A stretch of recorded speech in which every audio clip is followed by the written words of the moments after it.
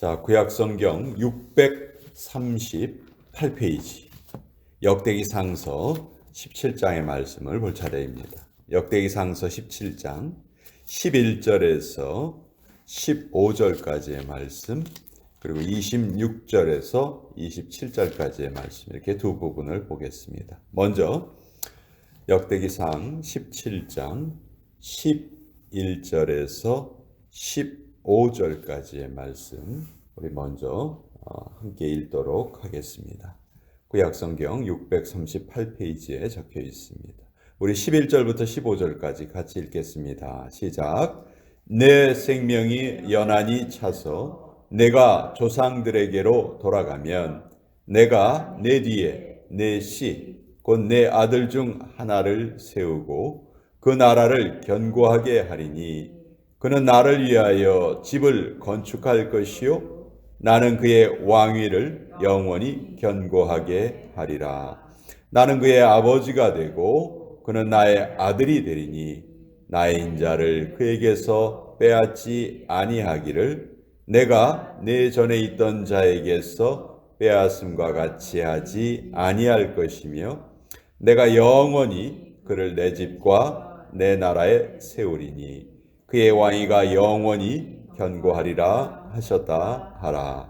나단이 이 모든 말씀과 이 모든 계시대로 다윗에게 전하니라. 26절에서 27절까지의 말씀도 같이 읽겠습니다. 시작. 여호와여 오직 주는 하나님이시라. 주께서 이 좋은 것으로 주의 종에게 허락하시고 이제 주께서 종의 왕조에 복을 주사 주 앞에 영원히 두시기를 기뻐하시나이다.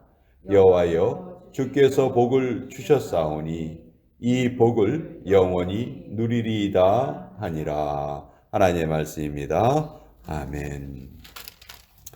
자, 오늘 우리가 읽은 말씀, 다윗 언약이 체결되는 그런 장면인데요. 성경에서 정말 너무너무 귀중한 말씀. 개인적으로 하나님과 계약을 체결한 사람 딱 두 사람이 있었다고 그랬죠. 아브라함과 다윗이에요. 근데 아브라함에게 주신 약속은 어떻게 보면 쌍무 계약이었고, 반면에 다윗에게 주신 약속은 일방적인 약속이었어요. 정말 하나님께 이런 약속을 받을 수 있다면 정말 그거보다 더 영광스러운 건 없겠죠. 그런데요, 이 영광스러운 약속이 어떤 상황에서 주어졌는가, 그것을 한번 좀 살펴보겠습니다. 17장 앞부분에는 이제 다윗이 하나님의 전을 건축할 마음이 있었어요. 지금 자기는 백향목으로 지어진 궁궐에 지금 살고 있습니다. 백향목이라고 하면 그 당시에 가장 좋은 목재예요. 지금으로 치면 대리석으로 지어진 으리으리한 집, 그런 걸 상상하시면 되겠죠. 자, 반면에 하나님의 법궤는 이때까지는 성막이 있었던 때예요. 그러니까 성전이 지어지기 전에 성막은 이동이 가능한 천막이었죠. 그렇기 때문에 이 여호와의 법궤가 지성소 안에 안치되어 있었지만 그것은 휘장으로 천막으로 가려져 있는 장소였어요. 그러니까 자기가 살고 있는 대궐하고 궁궐하고 비교해 보니까 좀 차이가 있었다는 거죠. 그래서 다윗의 마음속에 내가 하나님의 전을 이제 우리가 더 이상 광야에서 유랑하는 민족이 아니고 가나안 땅에 터를 잡았으니까 이제 하나님을 위해서 성전을 지어야 되겠다. 그 마음이 생긴 거예요.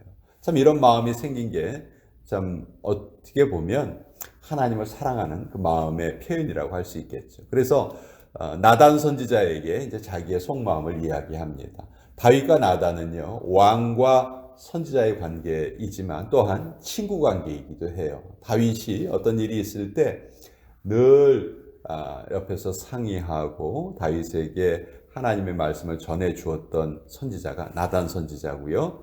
나중에 다윗이 잘못을 범했을 때에도 그 잘못을 지적했던 선지자가 나단 선지자예요. 나단 선지자가 이 다윗의 이 마음을 들었을 때 나단 선지자도 여기에 동의합니다. 참 좋은 생각입니다. 왕이 원하시는 대로 하셔도 좋을 것 같습니다. 근데 사실 나단 선지자가 이것도 좀 성급했어요. 제가 하나님께 여쭤보고 말씀드리겠습니다. 이렇게 대답했다면 더 좋았겠죠.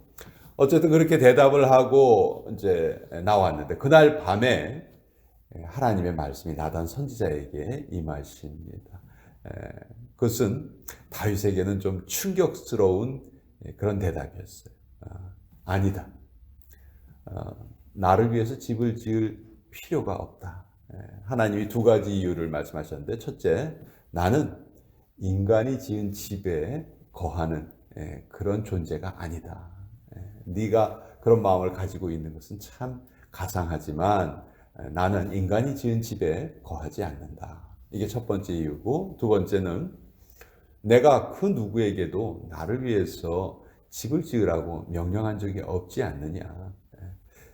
그러니 너는 집을 지을 필요가 없다. 그러나 네가 그런 마음을 지닌 것이 너무너무 가상하다.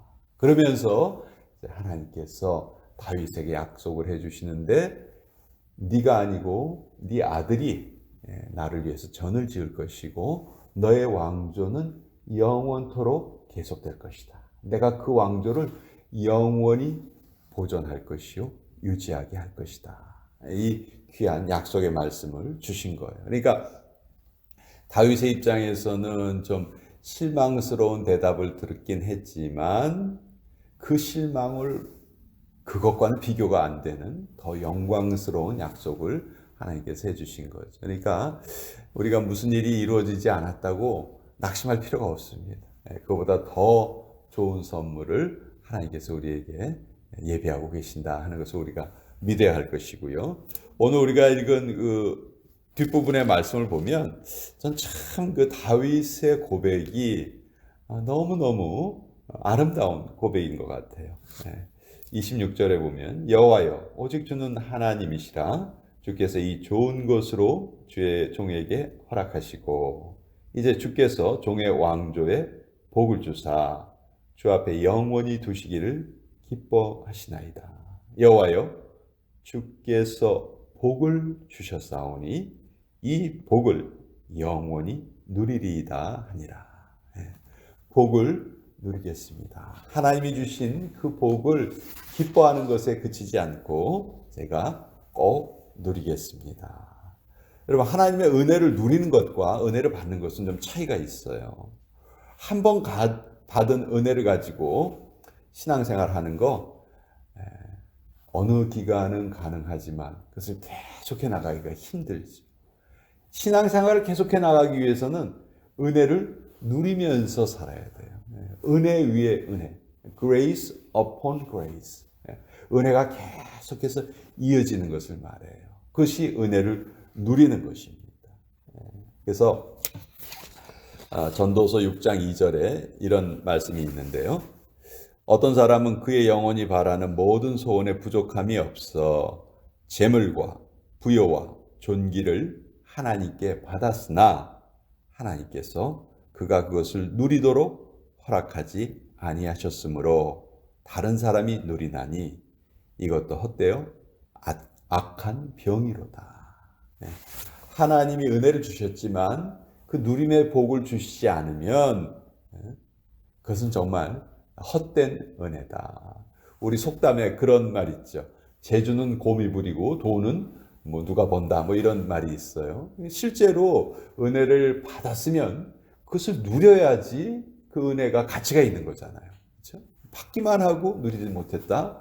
이건 정말 너무너무 안타까운 일이죠. 신약성경 누가복음 12장에 보면 한 어리석은 부자 비유가 나와요. 이 부자는 풍년이 들었어요. 그래서 이 곡식을 더 이상 쌓아둘 곳이 없어요. 그래서 창고를 새로 짓습니다. 그렇죠? 그러니까 이 부자의 삶은 계속해서 창고만 짓고 곡식만 쌓는 거예요. 그렇지만 하나님이 어떻게 말씀하셨어요? 그날 밤에 내가 네 영혼을 도로 되찾겠다. 말씀하셔가지고 실컷 창고만 크게 지어놓고 곡식만 가득가득 쌓아놓고 하나도 누리지 못하고 죽은 것이지. 그래서 이런 일들이요, 의외로 우리 현실 속에 참 많습니다. 어떤 사람은 불과 몇백만 원 사기를 당했어요. 근데 자기 재산이 수십억이에요. 근데 몇백만 원 사기당한 것 때문에 혈압이 올라가지고 병이 들어 죽어버렸어요. 이것도 참, 이런 것도 안타까운 일이고, 과연 우리 인생의 목표는 소유에 있는가, 누림에 있는가, 우리가 이것을 좀 살펴봐야 돼요. 나는 지금 내 인생 뭐 때문에 살아가고 있는가, 뭔가를 더 움켜쥐기 위해서 살고 있는가, 아니면 하나님이 주신 것에 감사하며 그것을 누리면서 살아가고 있는가. 이 세상에서 제일 부자는요, 뭔가 많이 가지고 있는 사람이 아니고 뭔가가 필요 없는 사람이. 나는 더 이상 뭐가 필요 없어. 이 사람이 이 세상에서 제일 부자예요. 그 사람이 가장 누리면서 살아갈 수 있는 사람이다. 그래서 오늘 이 다윗의 고백은 정말 하나님께 은혜 받은 자의 고백이다. 받은 것에 멈추지 않고 제가 이것을 날마다 누리겠습니다. 날마다 누리려면요, 하나님의 은혜를 날마다 우리가 되씹어야 돼요. 하나님이 나에게 이런 은혜를 주셨구나. 날마다 감사해야 돼요. 내가 타고 다니는 자동차 고장 안 나는 것도 감사해야 되고요. 일할 장소가 있는 것도 감사해야 하고, 해야 할 일이 있는 것도 감사해야 하고, 우리 모든 것이 감사로 뒤덮여야 돼. 그것이 하나님이 주신 은혜를 누리는 삶이다. 전 다윗의 이 고백이 결국 하나님의 그 복을 주시는 하나님의 마음을 가장 기쁘시게 했다. 우리가 누구에게 선물을 줬는데 선물을 받은 사람이 이거 뭐야 하고서는 거들떠보지도 않는다면 선물을 준 사람의 마음이 얼마나 아프겠습니까? 그러나 선물을 받은 사람이 그 선물을 기뻐하고 날마다 그 선물을 바라보고 좋아하고 사용하고, 그러면 선물 준 사람도 그거보다 더 기쁠 수가 없겠죠. 하나님의 그 마음을 가장 흡족하게 해드리는 그 다윗의 감사였고, 또 하나님은 이 언약 그대로 지켜주시죠. 다윗의 왕조가 계속 지속이 되고, 또 예수님께서 바로 이 다윗의 후손으로 오셔서 우리의 구세주가 되셨고, 예수님의 왕국은 영원토록 유지되는 그 왕국이잖아요. 그래서 이 다윗에게 주신 이 약속, 오늘 같이 한번 살펴봤는데, 정말 우리 인생은 누림이 가장 큰 복이다. 뭔가를 얻는 것이 소유가 복이 아니고 누림이 복이다 하는 거, 다시 한번 이 말씀을 통해서 우리 한번 나누어 보았습니다.